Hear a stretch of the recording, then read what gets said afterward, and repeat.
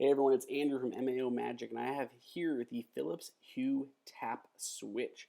This was announced with the Lux, the white-only light bulbs that Philips released or announced earlier before the summer of 2014. So these were delayed a little bit, but they've actually finally started hitting shelves. So here we have one to review. Now what makes this pretty cool is this actually requires no power. Well, I guess it requires power, but no batteries and does not need to be plugged in.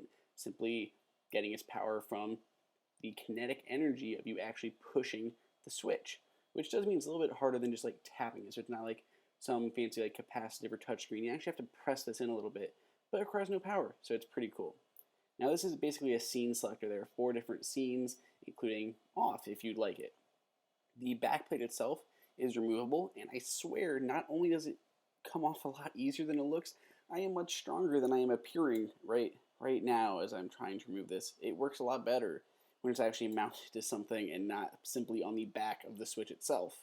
So that comes off, which makes it a lot easier to mount, as well as it's pretty cool because you can have it attached to the wall or as like a floating remote if you want to just take it off and have it with you on the couch or in the kitchen or something like that, so you can adjust the lights as you're going.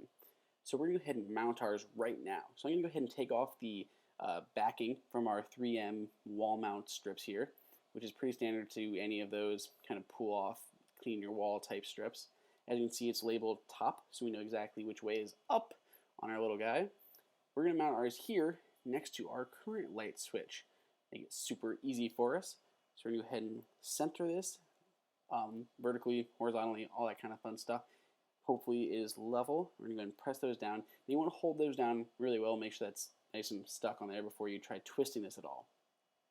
Obviously, to remove this, you can pull these in opposite directions, down and up, and it'll simply remove from your wall, and you can replace this with pretty much any of the other kind of wall mounting strips similar to that. And this simply goes on. You put it on and turn it about, 10 degrees in a clockwise direction. Mounts super easy. It's also really cool, so you can just take it off. One problem I do have with it is I wish the mounting plate wasn't so ugly. I wish there was kind of like a magnetic way, so that when you took it off, you didn't have a really ugly plate just sticking on your wall when you didn't have the switch mounted on there. So now setting this up is also pretty easy. First thing you're going to have to do most likely is do a software update to your Hue Bridge, which you will need. You have to have the Hue starter kit to be able to use the tap. But it kind of makes sense if you don't have the bulbs, then you're not being able to control anything. So either way, we're going to go ahead and run through that update. Once it's done, it'll still be there. You still have to hit dismiss and delete that notification from the bottom there. Then you're going to go into settings. You're going to go to My Devices, and it's immediately going to say, hey, we're going to start looking for some stuff. It's going to say about a Hue Tap, and they're pretty easy instructions on how to add it. You simply press down on that third scene selector and hold down mighty hard for about 10 seconds, and all of a sudden the app is going to go, hey, I found it, and it's going to show up as Hue Tap number 1, unless you have multiple. So in our case, we just have the one here. We're going to go ahead and set it up. So the first thing I'm going to do is change the name. So instead of Hue Tap 1, we can name this something like Living Room Tap.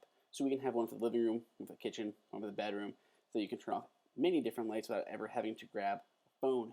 I know, it's genius, being able to control lights without having to use your phone. I know.